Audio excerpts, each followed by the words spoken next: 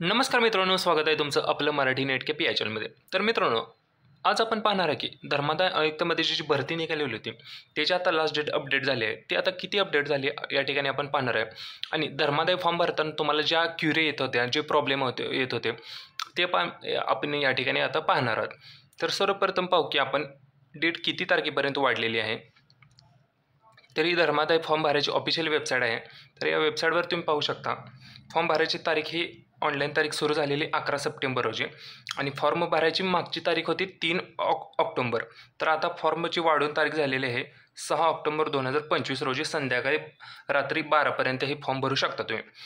तरी 6 तारखेला जर तुम्ही फॉर्म भरत असाल आणि त्याच्यामध्ये जर तुम्हाला वेबसाईटचा प्रॉब्लेम येत असेल तर या ठिकाणी आणखी तारीख वाढण्याची शक्यता असू शकते। जर तुम्हाला वेबसाईटमध्ये फॉर्म भरायसाठी काय अडचण येत असतील, तुमचं पेमेंट होत नसेल, पेमेंट करताना तुम्हाला भरपूर प्रॉब्लेम येत असतील, कारण काल 3 तारीख होती, काल लास्ट डेट होता, त्याच्यामध्ये पेमेंट करताना भरपूर लोकांना प्रॉब्लेम येत होते, पेमेंट होत नव्हतं, एरर येत होता, त्याच्यामुळे याची डेट पण आहे वाढली आहे 3 दिवस।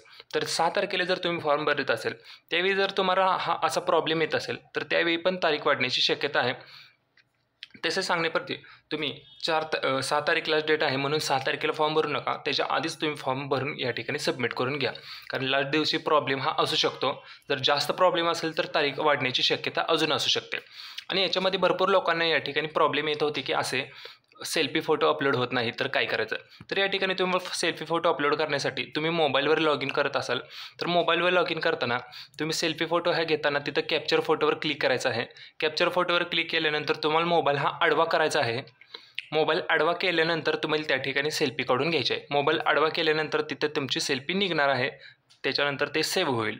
त्या पद्धतीत तुम्ही सेल्फी घ्या। त्याच्यानंतर याची पेमेंटच्या संदर्भात काही अडचण आली तर तुम्हाला गेटवेसाठी तर या ठिकाणी तुम्ही त्यांच्या कस्टमर केअरला पण कॉल करू शकता।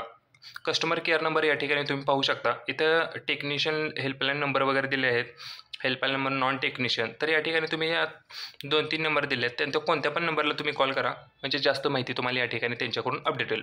फॉर्ममध्ये कोणता पण प्रॉब्लेम असू दे त्यांना पण तुम्ही कॉल करू शकता किंवा आपल्या कमेंट बॉक्समध्ये त्याची माहिती तुम्ही टाका, कोणता प्रॉब्लेम कोणत्या गोष्टीचं तुम्हाला प्रॉब्लेम येत असेल त्याचे तुम्हाला 100% हमखास उत्तर भेटतील।